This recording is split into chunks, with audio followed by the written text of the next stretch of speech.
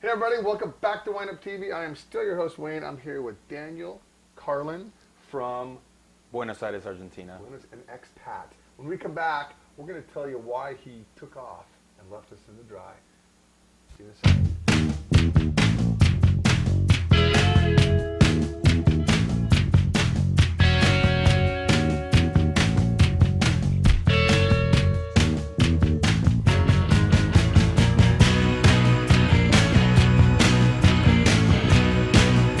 Everybody, welcome back. Daniel, Yes. you came in last week. I was in a horrible mood. Plus, I had the flu.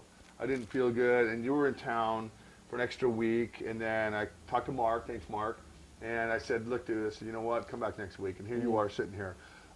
Great story. Here we are, two guys. 6'5", 6'4". We got about 900 pounds sitting on this bench. Minimum. I think there's a weight limit on this bench, but we'll check that out later. But you brought your wines in last week. I liked them. I just wasn't in the mood to film a show, so I said, dude, come on back, and here you are. Thanks a lot for coming back. Great story, guys. I mean, look at this guy, handsome, everything I was when I was his age. Goes on what'd you do? You went on a little trip? Well, I was going to go backpacking around the world. The plan was to go backpacking around the world for 2 years, and 36 hours into the trip, I met my wife. Nice, right? And where'd you meet her? Met her in Buenos Aires, Argentina, right there. That's where you live, right? That's where I live. All right, so he lives in Buenos Aires, and he works for a direct importer? So my company imports these wines and several others to the U.S., and we also have a tasting room in Buenos Aires. Nice. I'm going to come down there. You have a little guest house I can stay at somewhere? We could make a sleeping bag on the roof or something like that. Perfect. That's all I need. As long as you have some really good beef to go with some of these beautiful red wines. That we do not have a shortage of. No, not at all, right? No. So, all right. So here you are down in totally have dual citizenship now, I'm sure, right? Yep. And very probably smoking hot chick from Argentina, because I've never been an ugly chick from Argentina. There are none. No, I know, right? Yeah. Yeah, so you pretty much engulfed yourself in the culture. Now you're down there. You're a world away from all your relatives, aren't you? It's about 8,000 miles from Portland. Yeah, and you grew up here, right? Yeah. Wow, what a trip! Welcome back, welcome home. It's 80 degrees outside today, so you. Yeah, that's nice, very, right? very. It's shocking. Yeah, It's nice though, shocking. isn't it? Yeah. Working our pasty white skin. Yeah. All right, so the wines you brought is a really nice sparkling wine, Torrontés, this white, and then a Bonarda, and it's nice. I mean, Argentina is known for its Malbecs, and I think Torrontés is probably its go-to white wine. Yeah, Torrontés is definitely the flagship white wine of Argentina. It's originally a Spanish varietal, but Argentina makes it better than anyone else because of sort of the climatic factors involved. You have very, very high altitude, especially up here in the Salta region, which is where this Torrontés is from, due to the Andes Mountains, and it's also very, very dry, which are the characteristics sort of that make Malbec, Bonarda, and Torrontés do really well there.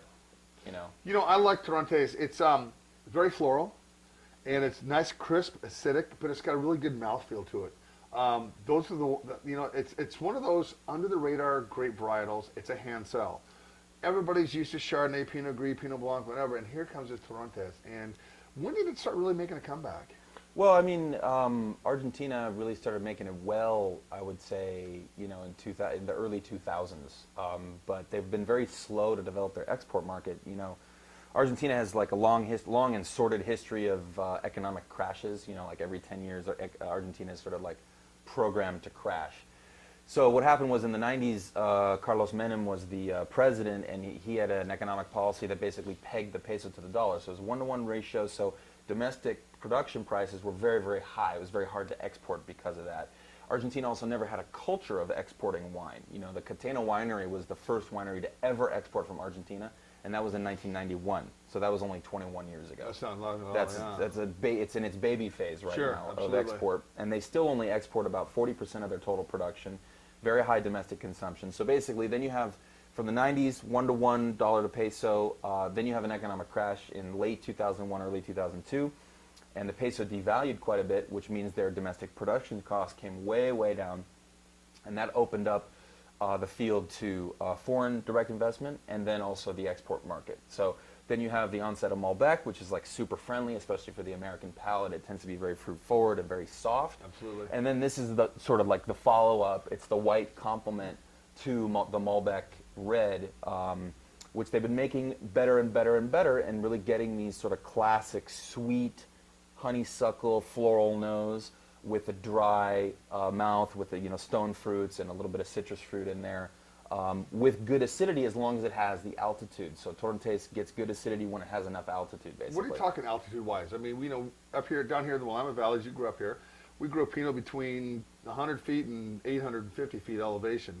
Up here, so you're talking... The lowest altitude vineyards in Mendoza are about 2,500 feet, okay? And then up here in Salta, they begin at about 5,500 feet and go all the way up to about 9,000 feet. That's higher than Timberline Lodge. Yeah, well, that's the highest altitude vineyard in the world. Isn't that amazing? I mean, we struggle to get Pinot Noir to ripe at 650, 700 feet, especially this last vintage, 2011. And up here, you'd think that they would struggle to get ripe. Well, that's actually, it's because of the types of grapes that they're not trying to grow. Pinot Noir, they grow down here in Rio Negro, which is slightly lower altitude, okay? But it's a cooler average temperature as well. So this is, of course, south, and that's north, all right? And this is about the same as where Oregon is north. So this is like 42 degrees south latitude. Oregon's like 40 to 45 north latitude, okay? So you have the same sort of climatic conditions here, except for the dryness. It's much, much drier here. And not too much influence, because most of the storms come... from the Pacific side. Okay. So this is the Pacific over here. You have the Andes mountain range that comes down the border region between Chile and Argentina. And basically, you have the highest peak in the Americas right here is Aconcagua at nearly 7,000 meters, which is, 22,000 feet. No, it's up there. And so this is the second highest mountain range in the world next to the Himalayas. So the clouds dump their rain on the Chilean side, and right here you have a desert, 330 days of sun up here in Salta, which is like the prime region for Torrontés. Very, very high altitude, as we said. This Torrontés here comes from about 6,000 feet altitude, so very high temperature differential. And that temperature differential helps the grape retain its acidity. And then, even in Mendoza, you have 300 days of sun per year, and that really helps the Malbec grape and the Bonarda grape create really, really nice wines. Awesome. All right, let's get into some of these wines. Sparkling wine from Argentina. Yeah. So, Argentina's never been known for making sparkling white wine, but here we have a great example of so all the wines that we work with are all from boutique wineries, so very, very small productions. Here we have a producer who makes only this product, okay? So he only makes sparkling white wine. This is a 70% Chardonnay, 30% Chenin Blanc, which is sort of an atypical blend of grapes to make a sparkling white wine. And he does a Charmat method, which is sealed stainless steel tanks, which gives you this nice fine bubble in the glass. Yeah, it's really pleasing on the palate. It does taste a little bit like Chardonnay, a little bit like Sauvignon Blanc, and it's nice. It's a little bit of Granny Smith green apple, but it's got a creamy finish to it, which is, it's very nice, very appealing. Got that mousse on the finish. Yeah, very appealing. Yeah. And what's the retail on this? The retail, I think, here is $11.99. It's affordable. Again, sparkling wine's not a go-to wine here in the States unless you're having a birthday party or it's New Year's Eve or Christmas or something. It's summertime's coming up though. These are nice summer sippers. Grab a bottle of sparkling, get a nice date, go out and have a good time. Just nice, real nice. All right, let's talk about the next wine. And these, I'm just starting to get into these really well too. It's such an unusual grape. Yeah. So the Torrontés grape, the correct pronunciation is Torrontés. There's an accent on the E, the last E. It's originally a Spanish varietal from the Rioja region in Spain, but again, it didn't do well in Spain because of the altitude. It's very, very low altitude, comparatively speaking, with Argentina. Also, again, in Argentina, you have this dryness. And with these climatic factors, you get this really big floral nose. Like really a lot of orange blossom and jasmine and honeysuckle, sort of like white flowers and sweetness in the nose. But then in the mouth, it's dry. So it creates a really nice wine for food pairing especially. And also gives us a really nice nickname for the grape. It's called La Uva Mentirosa. La Uva Mentirosa means the liar's grape in Spanish. So it lies to you because you smell it, you think it's going to be a sweet wine, and then you put it in your mouth and it's dry. Absolutely. It's got a nice package. No, Mirena. Talk to me about Mirena. So the Mirena winery is owned by Familia Blanco. Their winery is situated in Luján de Cuyo, Mendoza, which is right here. It's one of the 4 principal subregions of Mendoza. They source these grapes out of Salta, though, out of Cafayate Salta, which is up here in the north. How far? We're talking kilometers or miles? Well, the whole thing from south to north is about 2,100 kilometers. So that's about 1,400 miles, okay? And then from, everyone always asks me, if I'm going down to Buenos Aires on vacation, how far is the wine region? Is it like a day? Is it like an hour drive? I'm like, no, it's actually a 12-hour drive. So here to here, Buenos Aires to Mendoza, and it's only one freeway that goes straight there. It's about a 12-hour drive, 14 hours in a bus. You can just take the overnight bus. It costs like $75. You get a nice flat, bed in the bus. Nice. And yeah, it's nice. It's pleasant. You get to see the countryside go by. It's beautiful. So yeah, this north-south is actually the biggest expanse of north-south latitude, okay, in the world of any winemaking region. What gets me, it's just the floral nose on these things. Yeah. Torrentes, if it's not made right, can actually be a little bit soapy in the nose. It can even smell like you're in like a Crabtree and Evelyn shop, like you're in the mall and it's just you walk in and it's like perfume, like, oh God, it's giving me a headache, But if it's made right, it's a sweet perfume that you don't get tired of smelling. I just kind of. I've smelled some that smelled like my great grandmother. I was just, that really nasty kind of perfume they used to wear back, 30 years ago, 40 years ago, yeah. So it's one of those things. All right, let's we'll give it a little rinse. I forgot. All right, let me see here. Another rinse. Let's talk about this Bonarda.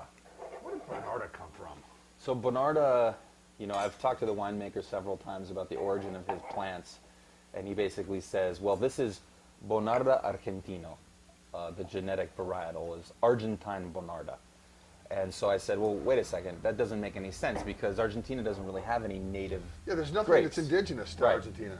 So I said it either had to, so the basic thinking right now in the Argentine winemaking community is that this Bonarda is either the Bonarda Piedmontese grape from Italy, or it's the Charbona grape that you heard a lot of in California that really you don't hear much from anymore. God, it's so interesting on the nose.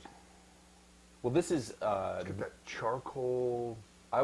Charcoal, leather, sour cherry in the aroma. Keep in mind that this is one of the better Bonardas. In my opinion, it's the best Bonarda. I've tried all the Bonardas coming out of Argentina. Best Bonarda coming out of Argentina because of the region that it comes from. It's a very specific small vineyard in Luján de Cuyo, which is pushed up against the Andes Mountains. And it's at a higher altitude, so it's about 3,100 feet where they make this, the grapes for this Bonarda. And it's very, very low yield because of another factor in this particular vineyard. So their vineyard is angled downward from south to north, allowing the vineyard to capture more sunlight. Because in the southern hemisphere, the sun is in the north more often, right? Yeah. So that extra sunlight and the altitude creates a very low yield grape, which gives you this density and richness in the mouth and this really nice perfume, the leather, sour cherry, charcoal kind of aroma. And what we've noticed at tastings is that this grape appeals to a lot of people because it's got a rich mouthfeel and a good weight to it, like a heavier red, like a Cabernet would have, but it doesn't have the tannin. It's not super sticky and rough. No, it's not. Right? So it's not as tannic, but it's rich, so you sort of have a wide appeal because of that, And it's probably not going to age as long as you would a, let's say, Malbec coming out with more structure, more tannin structure. Have you had any older Bonardas? We actually were selling the '05 vintage as late as March of last year, and it was tasting great. All right. Yeah. Very nice. And what's the retail on this? This is going to go for 18. $18. Okay. Yeah. So 18. Mm-hmm. About $14.99. All right. And Yeah. then the last one at $11.99. Yes. Guys, one thing with Argentina is the value you get for your money. Now, yeah, there are some higher end stuff, which I think is great. You have to have breakaway wines, but in most part, these wines are affordable, they're accessible, and it's just building brands, building recognition. You've got a whole world of wine out there. I got a wine shop, everybody else has wine shops, grocery stores, and these are hand sells until you build a brand. It's not a go-to grape, Torrontes and then Bonarda.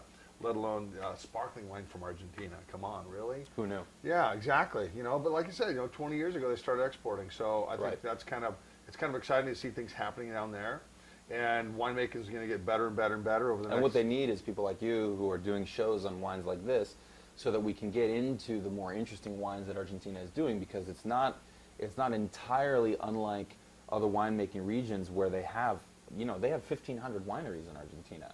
I didn't know that. Yeah, that's a huge, and that's just the number of actual facilities that are wineries. So winemakers, I mean, to me, half of the labels that I see on shelves are private label wines, that are from some winemaker who rented space, is buying grapes and making his own juice to bring into the U.S. market. So there's a lot of stuff down there that's totally unknown. We get an email a week minimum from different new projects in Argentina that are saying, hey, we want our wines in the U.S. market. How can we do it? Very cool. So, being an expat, you miss Oregon? I do. A little bit? Yeah. I mean, you must miss your family and friends. I mean, family and friends. What's it, 8,000 miles away? 8,000 miles. Dude, it's not like just hopping in the car and going to Seattle, No, is it? no, it's like a pain. Getting on a plane and Yeah. heading north. Yeah. Long trip. No, Oregon is definitely still in my heart, and it's I try to make it back here as often as I can. Absolutely. All right, man. You know what? It was so nice to meet you last week. It's Thanks great for that you having took us. the time to sit on the show. Guys, these wines are available right here on WineupTV.com. Check them out. And I don't know, man. I don't know who else is going to come in the door. It's open. It's unlocked. These interviews are killing me. I love them. When we return, we're going to have somebody else sitting right next to me. Have a great day.